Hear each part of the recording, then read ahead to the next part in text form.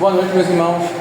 Que a graça e a paz do nosso Senhor e Salvador Jesus Cristo possa ser com cada um dos irmãos. Amém. Amados, mais uma noite no nosso estudo de Hebreus. Hoje vamos para o capítulo 3. Nosso data show está morrendo, então a gente tem que terminar logo Hebreus antes que o data show termine de morrer. Tem que terminar antes dele. Antes, vamos recitar o nosso versículo tema, nosso versículo chave. Antes, crescei na graça e no conhecimento do nosso Senhor e Salvador Jesus Cristo. A Ele seja dado a glória, assim agora como no dia da eternidade. Amém. 2 Pedro 3,18. Eu senti que os irmãos deram uma rateada em algum momento perto da glória. A Ele seja, a Ele seja, faltou o dado ali, né? A Ele seja a glória, é a aviação. Deixamos para casa os irmãos lerem Jeremias 31 e 32 e o Salmo de número 8. Não vou perguntar quem leu, mas vamos fazer uma oração para que quem não lê, o telefone queime. Brincadeira. Chegou um missionário na nossa igreja uma vez e ele trabalhava num lugar onde havia perseguição religiosa. Quando ele foi, e a gente já tinha avisado da igreja, olha, não pode bater foto dele, não pode bater foto dele, porque no país que ele está, ele entra porque ele é profissional, ele é fisioterapeuta e ele entra lá para trabalhar como fisioterapeuta. A desculpa dele é essa, e ele realmente vai trabalhar como fisioterapeuta, tem uma empresa lá, ele vai trabalhar naquela empresa como fisioterapeuta, porque senão ele não entra no país. Mas o objetivo principal dele é a obra missionária. Então, você está entendendo por quê? Sou fisioterapeuta. Vai trabalhar onde? Nessa empresa. Ele entra, tem carteira assinada e trabalha. E aí, quando ele está fora do trabalho, do expediente, ele faz a obra. Se você vincular ele à pregação do evangelho, ele pode perder o visto. Então, não pode ter foto dele. A gente avisou a igreja. Aí, quando ele foi pregar, ele avisou. Ele disse, irmãos, ó, por favor, não batam foto e tal, não sei o quê. Aí, ele fez essa brincadeira. Ele disse, quem bater foto, eu vou fazer uma oração que Deus vai queimar o seu celular. Aí o pessoal ficou rindo, eu acho que ninguém bateu foto não. Mas realmente é perigo. A pessoa bate, posta no Instagram, pensa que não está fazendo nada demais e está causando ali um trabalho para o Evangelho. Irmãos, vamos para o capítulo 2 de Hebreus, a superioridade de Cristo. Vou fazer uma pequena introdução aqui sobre o que estava acontecendo. Os crentes hebreus, eles estavam enfrentando duras perseguições. E essas perseguições que eles sofriam, risco de morte, de ser queimado, jogado às feras para ser devorado, estavam tentando fazer com que alguns deles abandonassem a fé. E tinha gente que estava achando mais interessante abandonar a fé e voltar para o judaísmo do que seguir firme no cristianismo.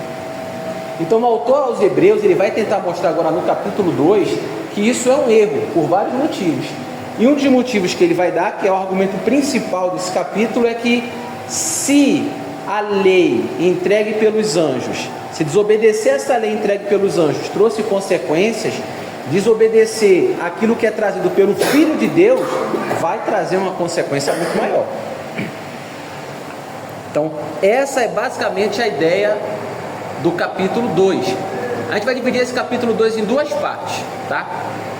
Essa é a primeira parte, vai do verso 1 ao verso 4, e a segunda parte vai do verso 5, acredito que até o verso 19. São duas partes. Então vamos ter três partes. A primeira parte, um parênteses, e a terceira parte. Vamos ler o texto da primeira parte ali. Por esta razão, importa que nos apeguemos com mais firmeza às verdades ouvidas, para que delas jamais nos desviemos.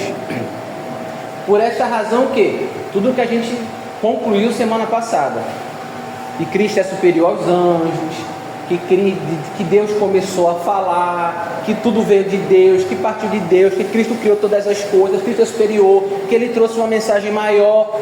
Por esta razão, Ele está amarrando tudo que Ele falou antes. Então, por causa dessas coisas, importa que a gente se apegue com mais firmeza às verdades ouvidas, para que delas jamais nos desviemos. Porque se a palavra falada pelos anjos permaneceu firme, e toda transgressão e desobediência recebeu justa retribuição, como escaparemos nós, se não atentarmos para uma tão grande salvação, a qual, começando a ser anunciada pelo Senhor, foi-nos depois confirmada pelos que a ouviram, testificando também Deus com eles por sinais e milagres, e várias maravilhas e dons de Espírito Santo distribuídos por sua vontade. Como escaparemos nós, se não atentarmos para uma tão grande salvação? Essa é a pergunta dele. Vamos começar com um detalhe importante, irmãos, que é esse comecinho daqui, olha. Por essa razão, importa que nos apeguemos com mais firmeza às verdades ouvidas. Em sua carta, o autor de Hebreus fundamenta a primeira grande exortação na superioridade de Jesus sobre os anjos. Hebreus vai ter 5 grandes exortações. Está ali em letra pequenininha, não dá para ler. Esta é a primeira. Mas vão ter 5 assim, conselhos que Hebreus dá. 5 grandes, não faça ou faça, né? Vão ter 5. Esse é o primeiro. E ele está amarrado no fato de Jesus ser superior aos anjos. Como a gente falou, o raciocínio ele é simples. Se a palavra transmitida por anjos, a lei no Antigo Testamento, era válida e sua transgressão trazia justo castigo, quanto maior responsabilidade temos nós diante da salvação anunciada pelo próprio Filho de Deus. Nós lemos Deuteronômio, agora eu não vou lembrar a referência, Deuteronômio depois do verso 20, que Moisés junta aos levitas e a liderança do povo, eles vão ali no pé do Monte Sinai e eles veem o Senhor no céu, tipo assentado num trono. Foi até o pastor que leu, havia um piso de jade, eles veem ali a Deus, né? À distância veio uma luz, veio um piso, veio um trono e veio uma multidão de anjos vindo com o Senhor. Então, a lei do Antigo Testamento, ela foi entregue pelos anjos. Os anjos vieram com o Senhor trazendo a lei. E qualquer coisa, qualquer deslize no Antigo Testamento causava o quê? Morte.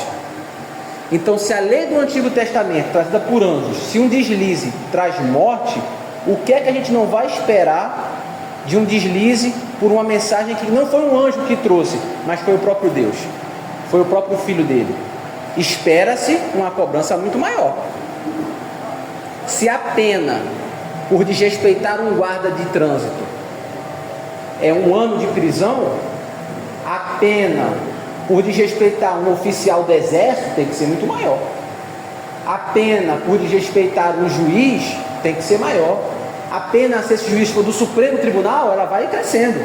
Então, se o anjo trouxe uma coisa que você desobedecer traz morte, imagina o que o Filho trouxe. Tudo isso o autor de Hebreus está fazendo para que a gente entenda que o Novo Testamento ele é superior ao Velho Testamento. A gente não pode se prender a práticas veterotestamentárias. A gente precisa entender que estamos em uma situação diferente e é uma situação superior. Israel recebeu a revelação da antiga aliança e falhou em sua missão. Para a igreja foi confiado algo infinitamente maior, o próprio Cristo, o dom inefável de Deus. E aí, irmãos, a gente vai abrir um parênteses agora para algo muito importante, que às vezes a gente pode dar esse mole na vida da gente. Dessa grandeza decorre a necessidade de nos apegarmos com firmeza nas verdades do Evangelho. Não se trata apenas de crer, mas de permanecer dedicando um tempo diário. A palavra ali, apegar-se, devem se apegar com firmeza. Ela traz a ideia de você prestar atenção, de você pegar algo e focar a tua atenção ali, analisar aquilo ali. Então é você estudar. Nós não temos que só confiar com força no Evangelho, nós temos que estudar o Evangelho, analisar o Evangelho, nos debruçar sobre o Evangelho. Apegar significa prestar atenção, dedicar tempo. É preciso dedicar tempo diário à palavra de Deus, lendo, ouvindo, meditando. Isso é necessário tanto para chegar à fé, quanto para permanecer na fé. Não é possível chegar na fé sem ouvir. E não é possível permanecer na fé se você não estiver meditando. Tanto é que a próprio Hebreus mais na frente vai falar da importância da gente congregar nas igrejas. Tem muito crente que fala assim, não, eu sou crente, mas eu sou a igreja, vou ser igreja na minha casa. Não leu Hebreus. Hebreus fala, o crente tem que ir para a igreja. Há essa necessidade. E aí, o aviso que eu queria dar para os irmãos. É possível ser convertido e ainda assim errar o alvo da vida cristã. Vou ler de novo. É possível ser convertido, ser crente, ser servo de Deus, ser salvo, lavado e remido no sangue do Cordeiro. É possível ser isso e você errar o alvo da vida cristã. Que é isso, pastor? É possível. É possível. Porque o propósito de Deus não é apenas nos salvar. O objetivo da morte de Cristo na cruz não foi apenas salvação. Mas Deus quer nos transformar à imagem do seu Filho. A gente sabe disso, mas a gente esquece disso. A gente foca muito na questão da salvação. Mas o propósito é mais do que salvar. Deus não quer apenas nos salvar, Ele quer nos transformar na imagem de Cristo. Esse é o objetivo da vida cristã. Então você pode ser um crente de verdade, que está salvo, vai herdar a vida eterna, mas que não está se transformando na imagem de Cristo. Você começa ali o processo e para. Você chega no céu capengando. A palavra vai falar, lá, agora eu não lembro a referência, mas acho que é Coríntios, de obras de ouro, obras de feno, obras de palha. Pessoas que são salvas como que pelo fogo. É gente que vai chegar no céu com cheiro de fumaça. Meu Deus do céu, esse cara entrou aqui com... Olha, o diabo quase que pega isso daqui. Vai ter gente que vai entrar no céu assim, meus irmãos. Amém, tá lá. Não estamos menosprezando não. Louvado seja Deus pelo cara que chegou lá. Vai chegar amanando assim, ó, a veste branca, o cara amanando, que chegou quase não chega. Mas esse não é o objetivo da vida cristã. E a gente não pode ser esse tipo de crente. A gente tem que entrar no céu pela porta da frente, irmão, não é pela porta dos fundos. Porta lá, não, você entra lá por trás. A salvação é pela graça, isso é verdade, não estamos mudando isso. Mas existe uma responsabilidade, não pela salvação, mas pela santificação e pela busca do Senhor. A salvação é um ato, mas a santificação, ela é um processo. Quem dizia isso? O pastor João Lopes Filho, pastor que me batizou quando era pequenininho. Deu aula numa classezinha lá da EBD e eu nunca mais esqueci disso. Então olha lá alguns versículos. Romanos 8, 29. Porquanto aos que de antemão conheceu, também os predestinou para serem conformes à imagem do seu Filho. Ou seja, foi predestinado. O propósito que eu tenho para isso é que isso se torne a imagem do meu Filho. Os crentes em Jesus, eles são predestinados a serem como Jesus. O objetivo dele ser crente é que ele se torne como Cristo. Esse é o objetivo. 2 Coríntios 3,18. E todos nós, com o rosto desvendado, contemplando como por espelho a glória do Senhor, todos nós somos transformados de glória em glória na sua própria imagem. Gálatas 4,19. Filhos meus, porque de novo sofro as dores de parto, até ser Cristo formado em vós. Cristo vai ser formado em você. Você precisa se transformar de glória em glória na imagem de Cristo. Você precisa cada vez mais se aproximar e se parecer com Jesus. Se você não está parecendo com Cristo, está errado. Uma vez eu discutindo na escola com um colega meu, menino crente, servo de Jesus, ensino médio e tal, e aí a gente bate boca. Eu não lembro qual era o motivo, mas eu lembro da resposta que ele me deu. Que eu falei assim, rapaz, mas Jesus não faria isso. Ele disse, mas eu não sou Jesus. Eu nem lembro como terminou a história, só gravei esse eu não sou Jesus.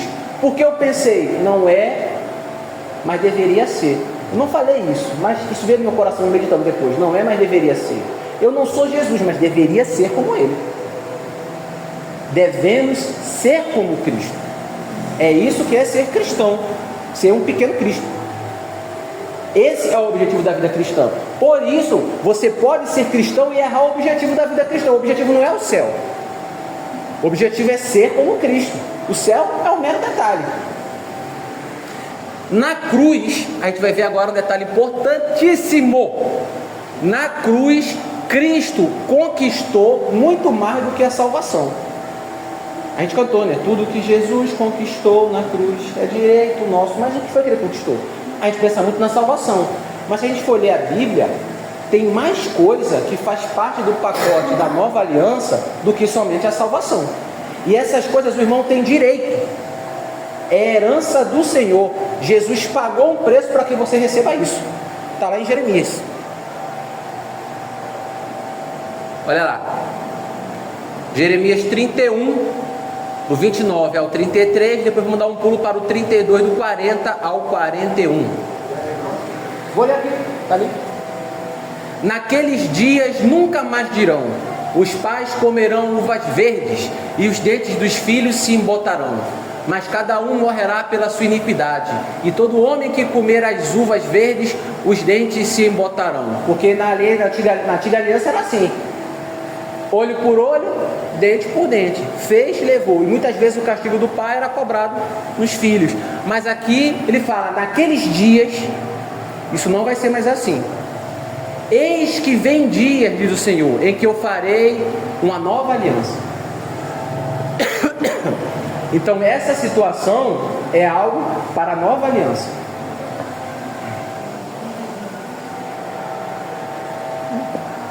Tem algo aqui. Eis que vem dias, diz o Senhor, em que eu farei uma nova aliança com a casa de Israel e com a casa de Judá. Então veja, Deus está falando que ia chegar uma época onde ele ia fazer uma nova aliança. Ele já tinha uma aliança. Lembram lá Moisés, que ele mata um animal, ele pega o sangue, salpica no povo e fala: esse é o sangue da aliança de Deus com vocês. E ele molha o sangue do animal ali e salpica. Esse é o sangue que sela a aliança. E aí aqui ele fala: vai vir um dia em que eu vou fazer uma nova aliança. Já havia a promessa da nova aliança. Então, se estamos na nova aliança, não estamos na velha aliança. Já começa por aí. Não dá para a gente se prender à antiga aliança. Verso 32. Não conforme a aliança que eu fiz com os seus pais, no dia em que eu os tomei pela mão para os tirar da terra do Egito, porque eles invalidaram a minha aliança. Então essa nova aliança não é como a antiga, porque a antiga eles invalidaram. Essa eles não vão conseguir invalidar. Mas esta é a aliança que eu farei com a casa de Israel. 2 pontos. Ele começa a falar coisas que são nova aliança. Primeira coisa: porei a minha lei no seu interior e a escreverei no seu coração. Então isso é algo da nova aliança. Deus falou que ia colocar a lei no seu coração. E aí você tem o Espírito Santo que te mostra o que está certo, que te mostra o que está errado. Você escuta se não quiser. Porei a minha lei no seu coração. Eu serei o seu Deus e serão o meu povo. E eu farei com eles uma aliança eterna de não me desviar de lhes fazer o bem. Essa aliança é uma aliança eterna e Deus se compromete de não se desviar de fazer o bem para você. Diferente da antiga aliança, que era condicionada às obras. Se atentamente ouvir a Deus e os mandamentos seus, obedecer. Está lá em Deuteronômio isso, né? E aí, se vocês me obedecerem, vai prosperar, não sei o que, etc e tal. Se vocês não me obedecerem, chicote, chicote, chicote. Antiga aliança. A nova aliança não é assim. Deus falou assim: essa é uma aliança nova. A última vocês invalidaram. Essa vocês não quebrar. Essa vocês não vão quebrar. Na outra eu não botei a lei na pedra. Essa eu vou botar no coração de vocês. E outra, na outra eu não parava de abençoar. Essa eu me comprometo, faço uma aliança eterna de não me desviar de lhes fazer o bem. Eu não vou parar de abençoar vocês. Não depende de vocês estarem certo ou estarem errado. Por isso o crente, quando peca, ele se arrepende, mas ele não se desespera. Não é o inferno da dele: meu Deus, agora maldições do Senhor cairão sobre mim. Não. Porque o Senhor não te trata bem porque você está certo. Trata bem pela graça de Jesus. Você foi justificado. Se dependesse da gente estar certo, nós estávamos pagando, ele estava pagando a gente por isso. Eu faço as coisas certas, então eu mereço ser abençoado. Deus precisa me abençoar porque eu estou correto. Aí não é graça. Diz, não, eu vou te dar de graça. Não é porque você é bonzinho, é porque a minha aliança com você é essa, eu te dou, e é isso aí. O militar, por exemplo, ele é um servidor público especial, ele tem dedicação exclusiva, então ele não tem carga horária semanal, ele não recebe por hora, recebe pela patente. Você é o quê? Soldado, você recebe um soldo de soldado. Quantas horas você trabalha? Não interessa, o militar não bate ponto quando chega, nem ponto quando sai, ele trabalha quanto tempo precisar trabalhar.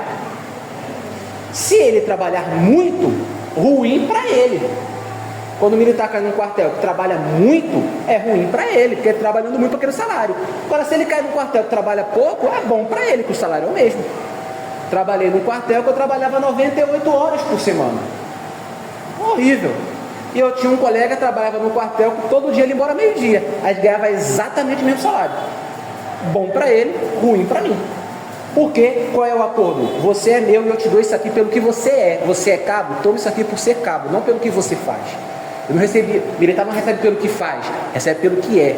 Deus não nos dá bênçãos pelo que nós fazemos. Ele nos dá pela aliança onde nós estamos, por quem nós somos, e somos filhos de Deus. Coisas da nova aliança. Mas continua. Farei com eles uma aliança eterna de não me desviar de fazer o bem, e porei o meu temor nos seus corações, para que nunca se apartem de mim.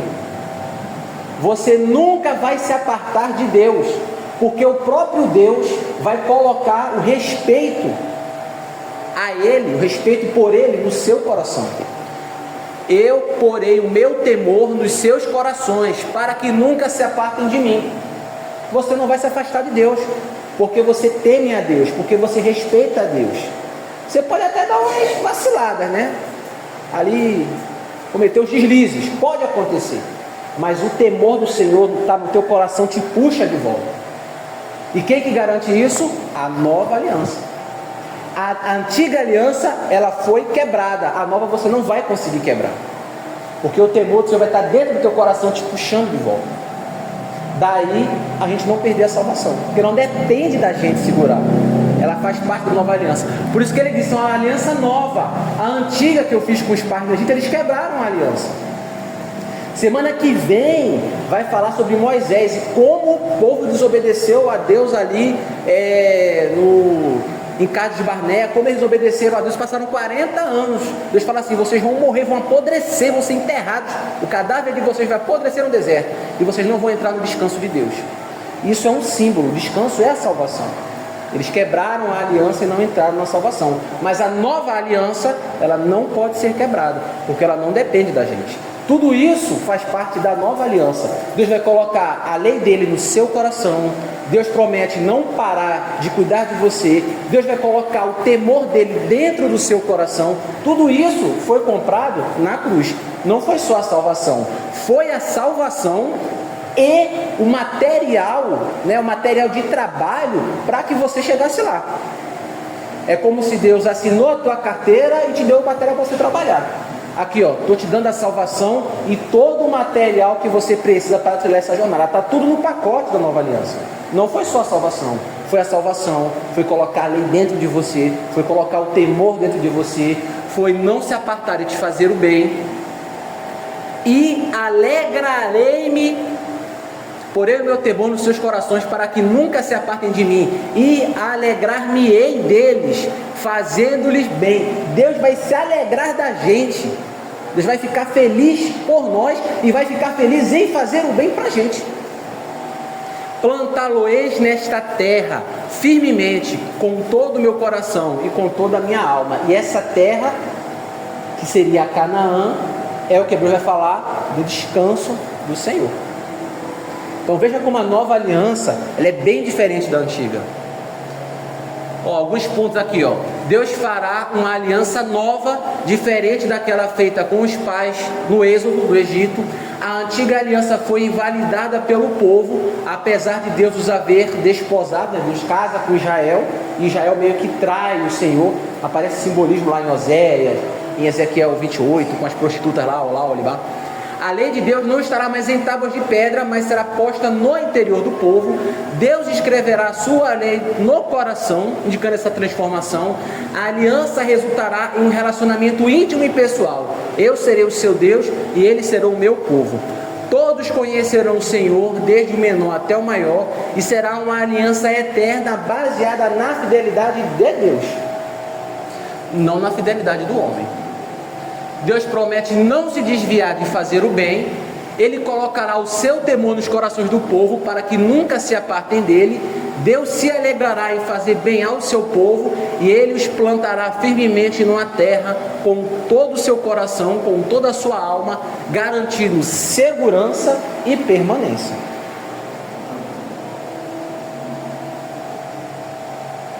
Em resumo, então, isso é para a gente entender, irmãos, que o pacote promocional da nova aliança traz muito mais benefícios do que o pacote da antiga aliança.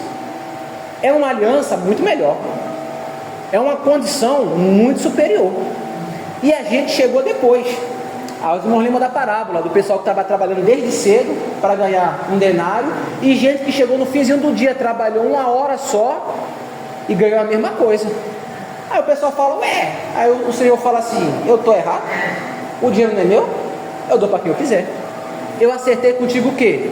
Acertou para trabalhar um dia e ganhar uma moeda. Você não trabalhou o dia todo e eu te dei uma moeda? Estou te devendo alguma coisa? Não, você pode ficar quieto. Se eu quero ser bom com esse cara, quer ver o que com isso? É a nova aliança.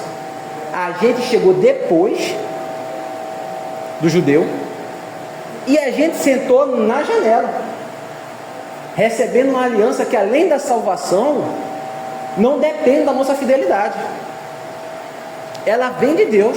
Deus fala, vou botar o meu temor no seu coração, eu vou te dar fé, eu vou te dar temor, eu prometo que eu não vou afastar de você. Tudo isso foi comprado com o sangue de Jesus. Ele fala lá em Lucas 22, esse é o sangue da nova aliança. Então a nova aliança foi comprada com o meu sangue. Jesus não comprou só o perdão, ele comprou o perdão e toda a condição para você chegar lá. Não adianta eu falar assim, irmão, quer conhecer o Rio Grande do Sul? Quero. Está aqui uma passagem de ônibus para o irmão. Como é que eu vou para o Rio Grande do Sul? Eu vou comer o que no caminho? Eu vou dormir aonde no Rio Grande do Sul? Eu preciso da passagem de ônibus, preciso da alimentação, preciso da estadia, preciso da minha alimentação lá, preciso de um transporte para rodar lá, preciso da passagem. Não é só me dar a ida e a volta, todo um custo ali em volta. Foi o que o Senhor fez. Ele não te deu só o ticket para entrar no céu, ele te botou ali num pacote completo. Depois os irmãos leiam com mais calma esse texto de Jeremias em casa, leiam devagarzinho, que os irmãos vão ver que é bênção. A seriedade dessa exortação se confirma na própria história da salvação. A palavra do Antigo Testamento, mediada por anjos, vamos pular isso aí, a gente já leu, né? Por isso o autor conclui com uma pergunta que ecoa através do tempo: como escaparemos nós se não dermos a devida atenção a tão grande salvação? Deus te dá uma situação tão boa e você não presta atenção nisso, e você não quer se apegar, estudar, correr atrás, se aprofundar, crescer. O objetivo é que você se transforme cada vez mais em Cristo. Deus te dá todas as ferramentas para você fazer isso e você não quer fazer nada.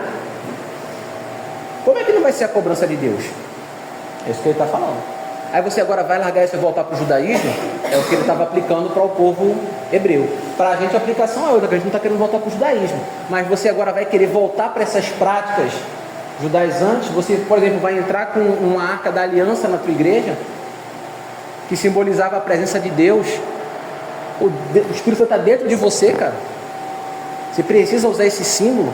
Você está desfazendo o que eu fiz na cruz. Eu paguei um preço alto para te libertar disso, está voltando para isso daí. E aí, meus amados, a gente entra na segunda parte, que é do verso 5 ao verso 9. Vamos mudar um pouco o assunto. Do verso 5 ao verso 9, o autor de Hebreus ele vai falar da necessidade da encarnação. Por que Jesus precisou encarnar, nascer como homem? Ele não podia só, sei lá, salvar a gente no EAD, no Wi-Fi, sem sair de casa? Seria muito mais prático para ele, com certeza, do que nascer, viver, etc. e tal. Então, do verso 5 ao verso 9, o autor de Hebreus ele vai dar vários motivos de por que Jesus precisou nascer. Vários motivos que ele tinha que nascer. E a gente vai resumir ali. Primeiro deles, Jesus precisou encarnar para restabelecer o domínio que o homem havia perdido. Isso aqui é muito importante. O autor de Hebreus cita o Salmo 8 para ressaltar a posição de honra que Deus conferiu ao homem na criação. Deus fez o homem à sua imagem e semelhança e o coroou de glória e honra. Coroar aqui significa transformar o homem em conquistador. Deus faz o homem à imagem e semelhança de Deus. Deus coloca o homem com glória, como honra, numa posição de conquistador. Deus coloca o homem sobre tudo e sobre toda a criação dele. O homem, porém, caiu em pecado e perdeu o domínio sobre a criação. A sua coroa jaz no pó. Em vez de sujeitar a natureza, o homem passou a adorá-la ou a depredá-la. É o que a gente vê. Em vez de sujeitarmos a natureza, a gente destrói a natureza ou às vezes até adora a natureza, né? Adora árvores, adora o sol, adora animais, adora o vento. Essas coisas acontecem. A imagem de Deus refletida no homem na criação foi desfigurada na queda. Nós hoje não somos aquilo que Deus originalmente projetou para a gente. A queda quebrou a imagem de Deus na gente. O mundo hoje é um mundo marcado pelo pecado. Somos carros defeituosos. A gente tem um volante que se você largar está sempre puxando para a direita, sempre puxando para o pecado. O carro quando está com a direção está dirigindo aí, você solta o volante e o carro vai indo. É a nossa natureza da queda, a nossa natureza caída. Se você deixar, ela leva a gente para o pecado, que é delicioso, que engorda a gente de forma maravilhosa. Semana que vem vamos abrir um parênteses para poder falar sobre o pecado em Tiago. Deus envia ao mundo Jesus, o homem perfeito, o segundo Adão, para restaurar essa imagem. Jesus veio não só para restaurar essa imagem, mas para dominar o mundo, tanto o presente como o futuro, que era o objetivo do homem. Domine a terra. Você não conseguiu, vou mandar um outro homem, o segundo Adão, Jesus, para levar a humanidade a uma posição de domínio nunca antes experimentada. Essa honra não foi dada a anjos, mas a Jesus. Deus sujeitou o mundo que há de vir a Jesus. Ele se tornou menor do que os anjos por causa do sofrimento da morte. Assim sendo, Jesus, o Filho de Deus e Filho do homem, foi infinitamente superior aos anjos, mas assume a forma humana, esvaziando de si mesmo, sendo nosso substituto. A morte que Jesus suportou por nós foi sacrificial, vicária e substitutiva. Se bem que vicária e substitutiva são sinônimos, né? Então tudo bem. A gente viu isso terça-feira, na justificação. Lembram da dupla imputação? Da troca gloriosa, como Martinho Lutero falava?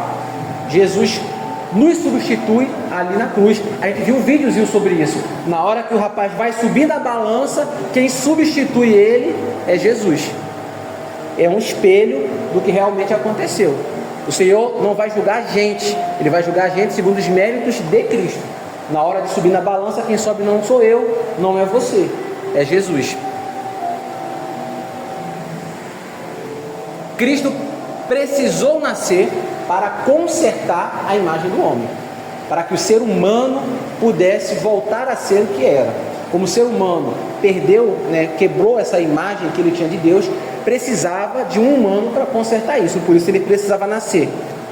Não só isso, Jesus precisou encarnar para conduzir muitos filhos à glória.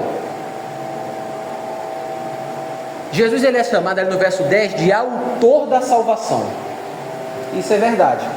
E aí tem uma coisa interessante, é que a palavra ali no grego, algumas Bíblias trazem autor da salvação, outras trazem príncipe da salvação. Eu acho que a do pastor traz príncipe. Dá uma olhadinha, pastor, por favor. Hebreus 2:10. Vê se está aí príncipe da salvação. Algumas trazem príncipe, outras trazem autor. Está tudo certo. Hebreus 10. Convinha que aquele a quem são mediante quem tudo existe, trazendo muitos filhos à glória, consagrar-se por ser o autor da salvação. Autor da salvação. Você tá, que acho que a do senhor é igual a minha, mas não é não. Essa é a Thompson, né? Autor. Autor da salvação, príncipe, da irmã é príncipe, né? Meu autor. Autor. A da irmã Fabíola é o quê? Autor. Tá tudo. Príncipe também? Pronto, vamos fazer um bingo aqui de. Tá tudo certo, tá? Não tá errado nenhuma das situações, não. Só que é aquilo, né? Quando você vai traduzir, a palavra significa um monte de coisas, você tem que escolher um significado que você coloca. A palavra grega que está lá é a palavra arquegos, que significa autor, significa cabeça, significa chefe, por isso, em alguns lugares, príncipe, mas ela também significa fundador de alguma coisa, e também significa a fonte ou a origem de algo. Tudo isso são significados que essa palavra tem. O autor não tem como colocar todos os significados. Aí falou, bota aqui autor. Só que ela também é fonte. A fonte que origina alguma coisa, que inaugura alguma coisa. O arquegos é o que começa algo para que outros possam ter acesso a isso. Por exemplo, ele inicia uma família para que outros possam nascer. Ele funda uma cidade para que outros possam habitar um dia. Jesus é esse arquegos da nossa salvação. Ele é o pioneiro que abriu o caminho de Deus, aquele que entrou no mundo como unigênito, mas que retorna ao céu como primogênito. Ele vem como unigênito do Pai, o Filho único, mas quando ele volta como primogênito, porque ele não é mais o único. Ele agora tem nós como irmãos. Pois leva a glória como irmão primogênito muitos outros filhos de Deus, a quem não se envergonha de chamar irmão. Está no verso 11. Ele não tem vergonha de chamar você de irmão. Tem irmão que tem vergonha do outro, ele não. Ele vem como unigênito e ele inicia esse projeto da salvação, e ele inicia para que outros possam participar disso. Essa é a ideia, né, da palavra como autor. Alguém começa alguma coisa para que outros possam usufruir. Ele começa a salvação para que outros possam. Ele chega como unigênito e volta como primogênito. Oi, minha irmã? Lindo, né, minha irmã? A Bíblia é maravilhosa. Por isso que a gente precisa estar sempre estudando e mergulhando, porque a gente vai aprendendo, isso fortifica a nossa fé. Porque o diabo não para, é o dia todo ali, ó, é chicote, é luta, é pancada, é tentação, é na carne. Se a gente não alimentar o espírito, meu irmão, a carne está bem alimentada, né? A carne não é as gorduras não, mas a carne da gente, se a gente não alimentar o espírito, a gente fraqueja. Aí olha só, tornar-se irmão que salva, a ligação íntima entre Cristo e os crentes. O autor de Hebreus ressalta a profunda união entre Jesus e a comunidade dos seus a afirmar: tanto o que santifica como os que são santificados vêm de um só, né? Está lá no verso 11. O título de santificador, ele era exclusivo de Deus no Antigo Testamento, e aqui ele é aplicado a Jesus. Mais um indício, mais uma prova que Jesus, de fato, é Deus. Por que a gente bate nessa tecla? Porque tem muita gente por aí que vai dizer que Jesus não é Deus. Muita gente por aí que vai dizer isso. Jesus precisou nascer para destruir o diabo e libertar os cativos. A gente precisa botar aqui um asterisco para a gente não se perder no que a gente vai falar agora. Eu vou ler e depois a gente vai pontuar. Jesus tornou-se totalmente humano. Ele é nosso parente de sangue, porque ele é ser humano tanto quanto eu, quanto você. Então é homem feito eu, é mano, é brother, fechamento nosso. Ele é um de nós, é nosso irmão. A encarnação de Cristo tem uma necessidade e um propósito. Foi necessária para tornar os homens seus irmãos. Então, para a gente ser irmão dele, ele tinha que ser como a gente. Seu propósito também foi aniquilar a autoridade daquele que tinha o domínio sobre a morte e libertar os seus cativos.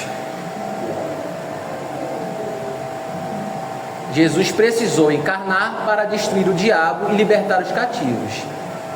Jesus, por se identificar com o pecador, né, por ser como a gente, assumiu o seu lugar como representante, como fiador e como substituto.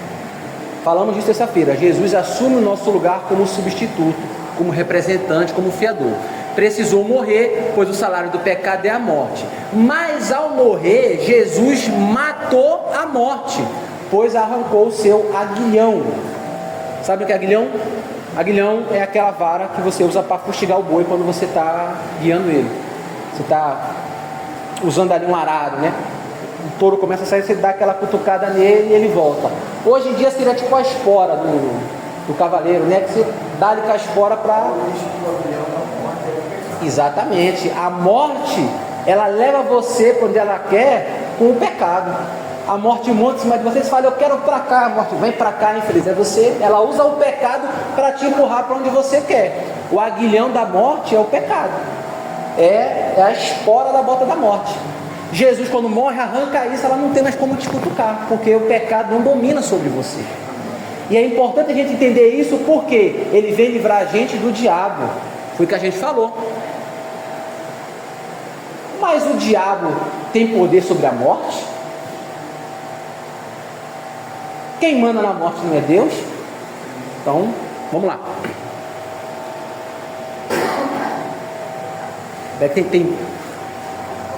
Tem duas coisas. Guarda essa informação do diabo, que tem outra coisa para a gente falar antes de chegar lá. Tem outra coisa para a gente... Não, vai ser no próximo slide, né? Que tem uma coisa antes disso. Mas o diabo não manda na morte não, mas guardem isso. Ao morrer, Jesus destruiu, ou seja, desarmou aquele que tem o poder da morte, a saber, o diabo. O pastor acabou de falar que o diabo não tem poder na morte, acabou de falar que tem. Tem ou não tem, pastor? Calma. O verbo destruir, irmãos, detalhe, não significa aniquilar. Significa tornar inoperante, sem efeito. O diabo não foi destruído, ele ainda existe, mas ele está inoperante. Ele está sem efeito. Satanás não está destruído, está desarmado. Embora o diabo ainda esteja presente, Jesus já decretou sua derrota final. Satanás está perdido, sua causa está perdida. Não há mais perspectiva de vitórias para ele, porque Jesus destruiu o seu plano. Satanás está sem poder. E aí vou abrir só um parênteses microscópico. Apocalipse 20, do 1 ao 3, tem um texto que vai falar do milênio. Vi um anjo descer e trancar o diabo por 1000 anos, e Cristo reinou. E aí isso aí é a escatologia desse Apocalipse. Não precisa ler não, senão... Não, pode ler, lê verso 1, 2 e 3, por favor. Apocalipse 20. Então vi descer do céu um anjo que tinha a chave do abismo e uma grande cadeia na mão. Ele prendeu o dragão, a antiga serpente, que é o diabo, certo, Satanás, e amarrou por 1000 anos, e lançou no abismo, ali o enterrou e selou sobre ele, para que não enganasse mais as nações, até que os 1000 anos se completassem. Amém. Depois disso, é necessário que seja solto ou não. Show. É isso aí. Por que esse texto? Tem duas leituras muito famosas sobre esse texto, só um parênteses. Uma delas entende que isso é algo que vai acontecer no futuro. Um dia no futuro, o diabo vai ser trancado no inferno, preso lá. Cristo vai vir sobre a terra, vai ficar aqui perambulando, igual a gente, e ele vai estabelecer um reino aqui na terra de 1000 anos. Jesus na terra, aqui, você vendo Jesus com o olho, vai ficar na terra 1000 anos. E muitas coisas boas vão acontecer durante esses 1000 anos. Isso é o chamado milênio de Cristo. Tá? Depois desses 1000 anos ele vai ser solto para enganar as nações. E aí a tal da batalha do Armagedon é o fim da história. Jesus derrota ele e aí novo céu, nova terra, termina a Bíblia. Essa é uma leitura do milênio. Uma outra leitura diz que esse milênio não é algo literal, 1000 anos, mas só quer dizer muito tempo. Vai ficar preso por 1000 anos, vai ficar preso muito tempo. E o diabo já está... Esse momento que o anjo prende o diabo é a derrota dele na cruz. O diabo já estaria preso. Ele não tem mais poder para enganar as nações. Porque antes No Antigo Testamento ele enganava todas as nações, Deus só tinha Israel. Hoje ele não engana mais as nações. Ele faz muito sacedo, mas ele não consegue enganar as nações, por isso o Evangelho se espalha pelo mundo inteiro. Essa leitura vai dizer que nós já estamos vivendo esse milênio de Cristo. Então, esse verso daí, que fala que ele fica inoperante, já foi derrotado, ele vai ser usado por quem defende essa linha daí. Qualquer dia a gente vai trazer um estudo sobre escatologia e vai trazer essas linhas, tá? O milenismo, o pré-milenismo e algumas coisas bem interessantes para a gente falar. Por isso que é só um parênteses, o objetivo da aula não é esse, é só um parênteses. Mas o importante é que se ele vai ficar preso 1000 anos no futuro, se ele já está preso, independente disso, ele já está derrotado e não tem mais poder sobre a vida do crente. Isso aí todo mundo concorda, milenista, pré-milenista, pós-milenista, todo mundo concorda. E aí, irmão, vamos clarear, né? A autoridade final sobre a morte não está nas mãos de Satanás. Mas você não falou que ele tem poder sobre a morte? Tem, mas não tem, porque está nas mãos de Deus o poder sobre a morte. É Deus que determina a morte ou a vida. Satanás não pode fazer coisa alguma, a não ser que Deus o permita. Porém, Satanás é o autor do pecado. Satanás empurra a gente para o pecado. Ele que começou essa história lá no Éden, tentando Eva. E o pecado leva à morte. Então, nesse sentido, Satanás tem esse poder contra a morte. Porque ele te empurra, ele não pode te matar, mas ele te empurra lá no pecado, entendeu? Eu não posso te prender, mas eu falo ali, ó, vai lá, assalta aquele maluco lá, tu vai lá e assalta, polícia, a policial te prende. Tu é trouxa e foi na minha, eu não fiz nada. Ah, ele falou, eu sei de nada. Então, nesse sentido, ele tem poder sobre a morte. É aquilo que a gente falou. A morte tem poder como? Usando o pecado. O aguilhão do pecado é a morte, é a espora dela. É o que ela te usa para te, vai para cá e tu vai para onde a morte quer. Ela vai te guiando usando o pecado. Por isso a Bíblia fala que quem é derrotado pelo pecado, você torna escravo do pecado. O pecado te arrasta para onde você quer. Você vira um carrinho de controle remoto, vira um cavalo do diabo. Então, nesse sentido, Satanás tem poder sobre a morte, mas ele não tem poder sobre a morte. Entenderam? Pegamos? É importante entender para não dar mais poder para esse capeta aí. Isso aqui a gente já falou, né? Jesus ele esmaga a cabeça da serpente.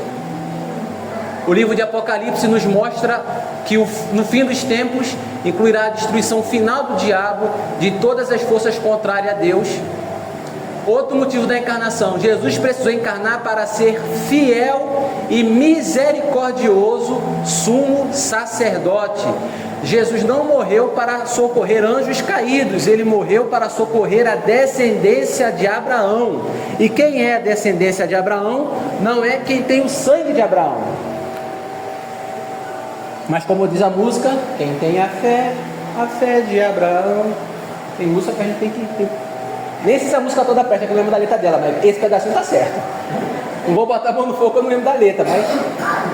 Por isso é importante a gente tomar cuidado com o que a gente canta, porque a gente lembra mais do que a gente canta. Se você cantar uma teologia correta, você vai ver uma teologia correta. Se você canta uma teologia errada, você vive uma teologia errada. E aí, irmãos, olha só. A capacidade que Jesus tem para nos socorrer se deve não apenas à sua divindade como Filho de Deus, mas também à sua humanidade, pela qual ele obteve a condição de condoer-se de nós. Verso 2:17. Pode falar, pastor. O salário do pecado é a morte. O salário do pecado é a morte. Uma vez que o ser humano em si está preso nesse salário, ele está suscetível de alguma forma a acontecer que o diabo se apodere e o mate nessa situação, por ele estar preso a esse salário do pecado. Entendi a pergunta. Vamos lá. O diabo pode matar alguém? Pode, se Deus assim permitir. O diabo pode matar. Só que a nossa dívida, ela é para Deus, não para o diabo. A gente precisa pagar a dívida, a nossa dívida é com Deus, não é com o diabo. Estamos em débito com Deus. O ser humano, né? Deve a Deus. O salário do pecado é a morte. Qual é o nosso pecado? É desobedecer a Deus. Então você tem que morrer. Só que não é a morte natural, é a morte eterna. Porque você pecou contra um ser que é eterno. E a tua vida não é uma vida eterna, a tua vida é curta. Então, para você pagar o teu pecado, é um pecado contra um ser eterno, é um pecado de peso eterno. Se eu matar um ser humano que vive 80 anos, eu vou pegar um tempo de cadeia, mas depois eu sou solto, porque o ser humano é limitado. Mas se eu vou contra alguém que é ilimitado, a minha punição tem que ser uma punição ilimitada, porque eu não vou ter eternidade para pagar aquilo ali. Só que Jesus, ele também é eterno. Então, se a dívida é eterna, só quem pode pagar ele é quem é eterno. Então, a morte dele na cruz zera. Ele não precisa passar a eternidade. A morte dele zera. Por isso ele consegue pagar o que a gente não consegue. Quem não receber esse perdão vai ter que pagar a sua dívida pelo seu próprio jeito. Como vai ser? Morte eterna. Vai passar a eternidade lá pagando. Pastor, um dia vai acabar de pagar? Não. Se acabasse, poderia entrar no céu. Mas não acaba, porque é eterno, a eternidade não tem fim. Só Jesus podia pagar, a morte dele foi uma só.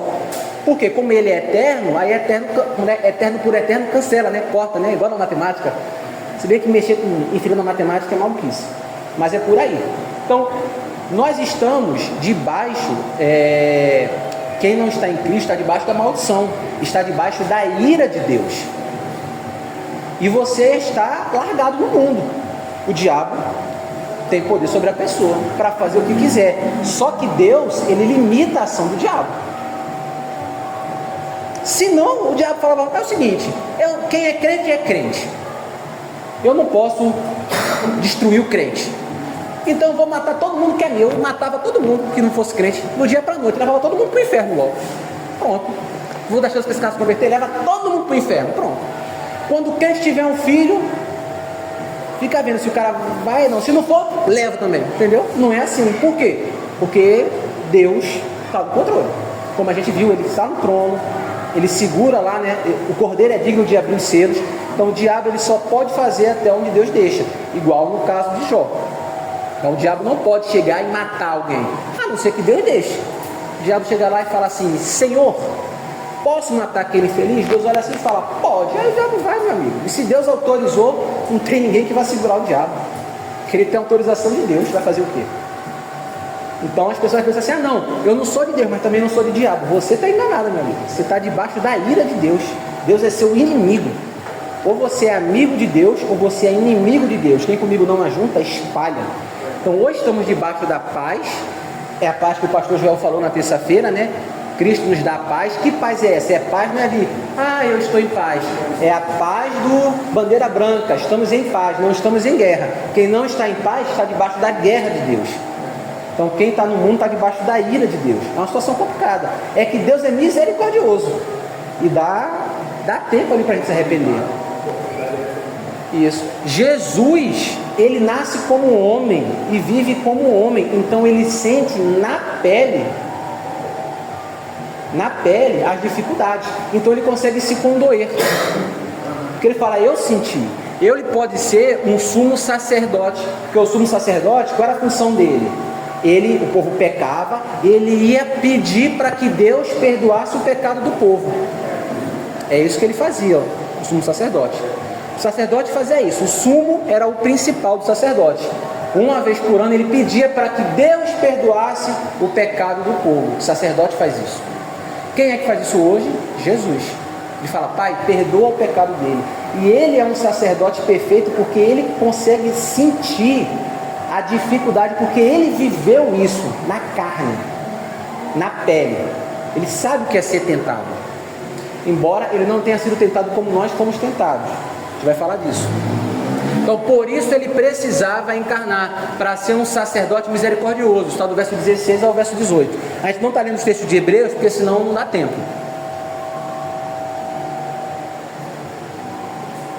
Ao encarnar, Jesus se identificou conosco. Ao assumir a natureza humana, foi tentado como nós. e por isso pode compreender nossas fraquezas e nos socorrer quando somos tentados. Ele compreende.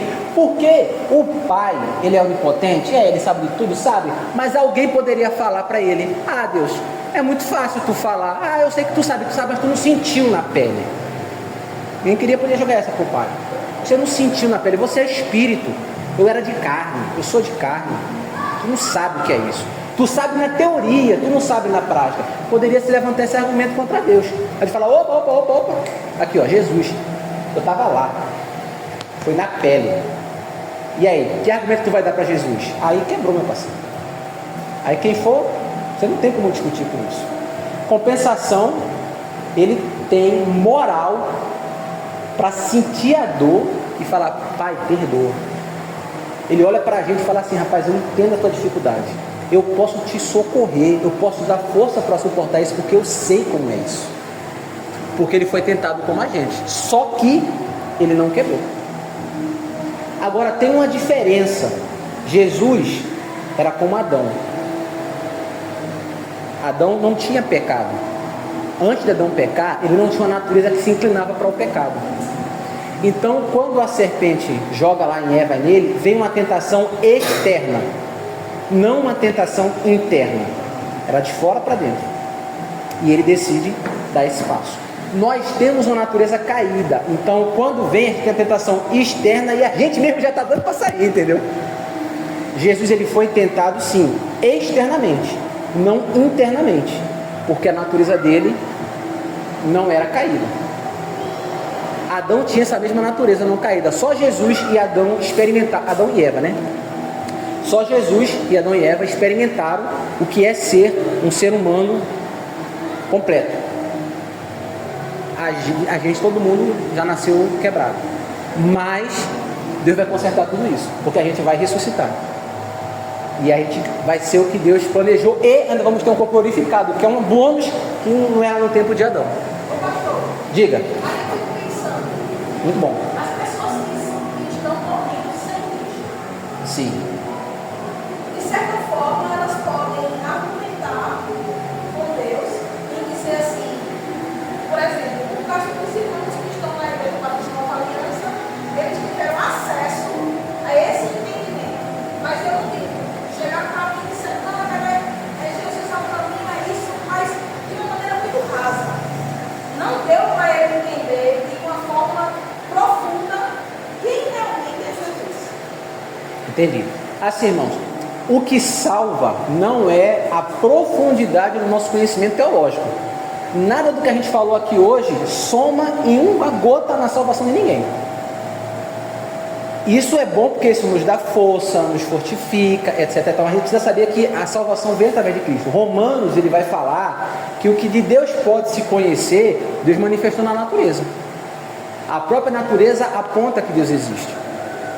E o homem, quando ele busca Deus, Deus se revela. A Bíblia fala, esqueci, se me buscar de todo o coração, esqueci o versículo, buscar-me-eis e me achareis quando me buscar de todo o vosso coração. Então quem busca, acha. Se a pessoa, rapaz, eu sinto que existe um céu, tem a lua, alguém criou isso, eu tenho que achar essa pessoa, e vai atrás, a pessoa acha. Ramadã terminou agora. Ramadã é um mês, Ramadã significa queimar, né? Que é o mês que os pecados são queimados para o Islã. Eles entendem que esse mês Allah está mais próximo deles e eles devem orar, porque é mais fácil falar com Allah e é mais fácil receber o perdão dos pecados. E quando chega no final do Ramadã, tem uns dias lá que são dias especiais, onde eles entendem que Allah vai falar com eles. E eu já ouvi vários testemunhos de missionários que trabalham lá, que muitos muçulmanos orando, pedindo: Allah, fala comigo, me mostra o caminho, eu quero te servir, eu quero ser melhor, recebem sonhos de anjos que aparecem para ele falar assim: olha só, você quer me servir? Faz o seguinte, fala com fulano que fulano vai te dizer. Cá, e fulano é cristão. Várias dessas pessoas recebem sonhos, porque são pessoas que querem servir a Deus, estão buscando servir a Deus, mas não sabem, e Deus aparece, Deus mostra o caminho. Deus sabe o coração de cada um. Então tem até aquele hino, né? Não me falaram de Cristo, tantos vi que salvou, mas ninguém se importou de falar-me da graça de Cristo. É do cantor cristão, eu acho. Pois é, mas é isso. Então tem esse no cantor cristão.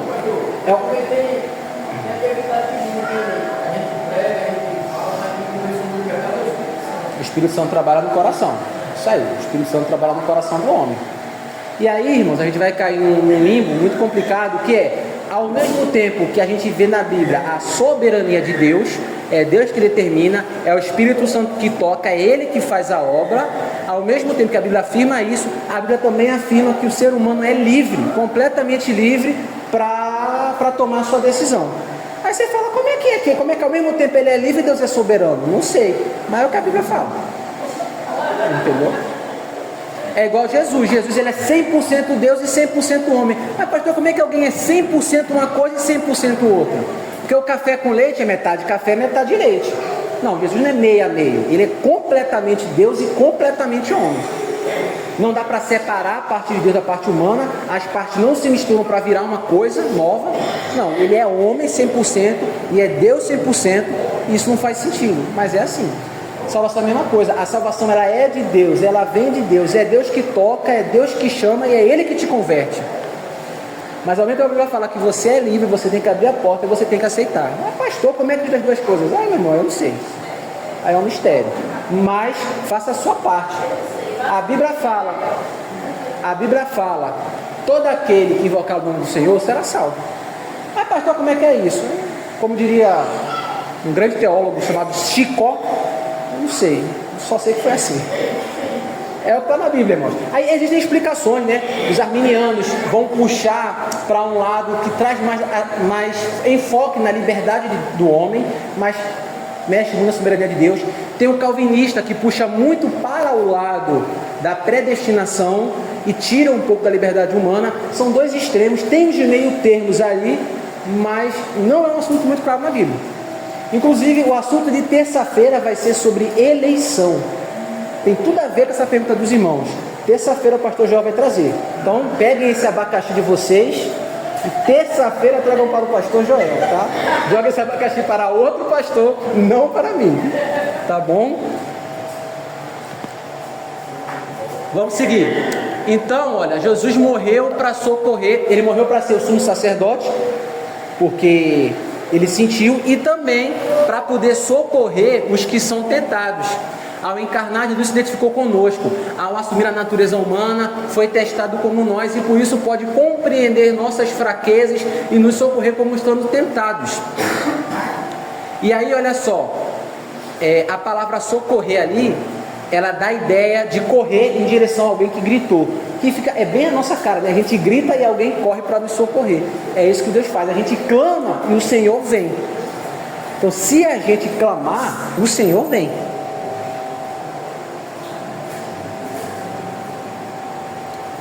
E aí, o apóstolo Paulo esclarece: não vos sobrevierão tentação que não fosse humana, mas Deus é fiel, não permitindo que sejais tentado além das vossas forças. Já viu o ditado que Deus dá o frio conforme o cobertor? Isso é Bíblia, é isso daí.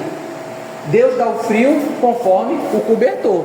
Deus não vai permitir que você seja tentado além da sua conta.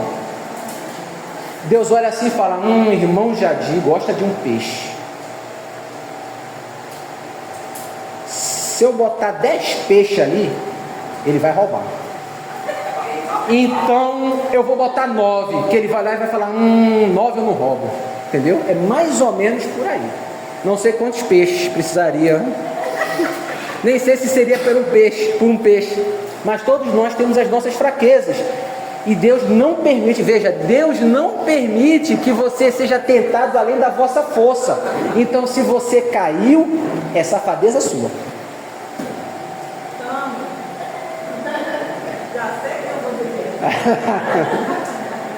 É safadeza sua. Você quer. Isso é sua, mas minha também, tá? É nossa. Porque Deus fala assim: rapaz, esse cabo aqui não aguenta isso, então não vou deixar ir para ele. Deus não deixa você ser tentado com uma coisa que você não aguente. Esse cara aqui aguenta, então eu vou dar, porque ele aguenta. Esse aqui não aguenta, então eu não vou deixar cair nele. Eu vou cair só uma gotinha nele, porque mais do que uma gotinha ele não aguenta. Deus joga uma caixa d'água naquele outro ali, mas porque ele aguenta. Então Deus deixa, porque ele vai aguentar. Ao ser dado, não digo que Deus fique tempo, né? Deus... Semana que vem a gente vai parar aí. Olha. Tiago. Semana que vem a gente vai parar aí. Então, meu irmão, eu caí porque fui tentado, a carne é fraca. Fraca é a tua desculpa. Tu caiu porque tu deu mole. Fraca é a tua desculpa. Tentado pela nossa própria... Exatamente. Semana que vem, guarda isso para semana que vem. Olha só que frase bonita. Augusto Nicodemos diz que a boa notícia do Evangelho é que temos um homem, temos um ser humano assentado à direita de Deus, intercedendo por nós. Um membro da raça humana foi exaltado, glorificado e tendo feito pagamento pelos nossos pecados, é o nosso representante. A gente tem um homem lá, tem um caba nosso lá. A gente não fica feliz quando a gente elege um político, às vezes, que é evangélico. Esse cara é evangélico, vou votar nele. Todo político quer ser crente para ganhar voto, né? Todo político quer ser crente para ganhar voto dos crentes. Então, imagina você saber, tem um ser humano lá, do lado do Pai, que pode interceder por mim, porque ele sentiu como eu. Ele vai comprar o meu partido.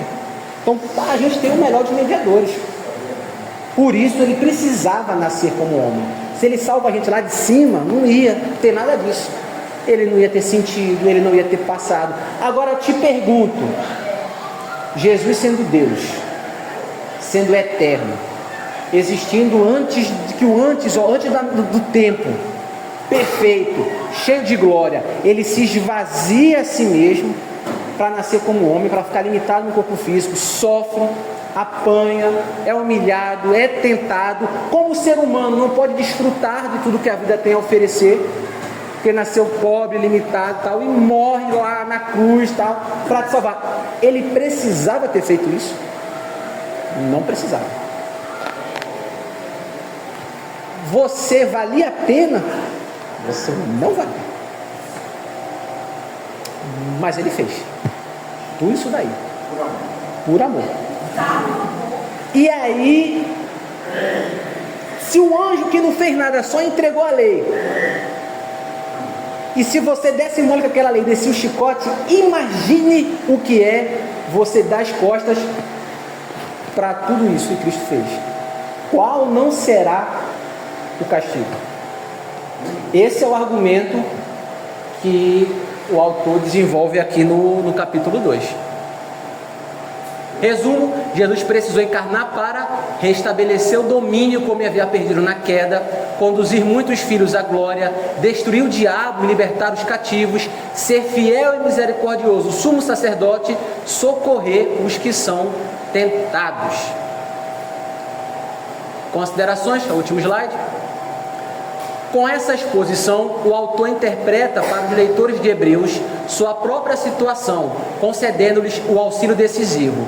Se Deus não tinha outro caminho, senão o sofrimento para tornar perfeito seu Filho Jesus Cristo, tampouco há outro caminho para a igreja de Jesus para chegar-se ao alvo da glória.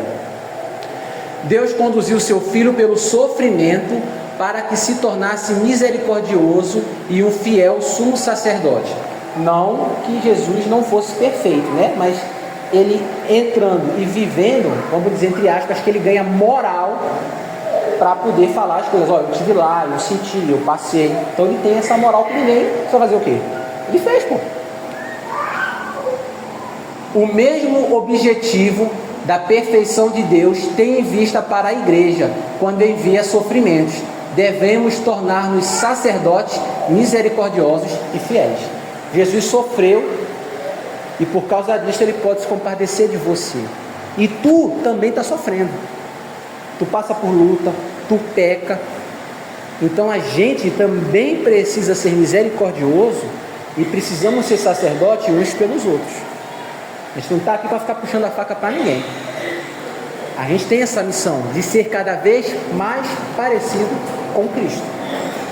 Nos aproximarmos de Cristo e sermos pequenos Cristos na vida dos outros. E às vezes a gente não quer. A gente é mais fariseu do que cristão.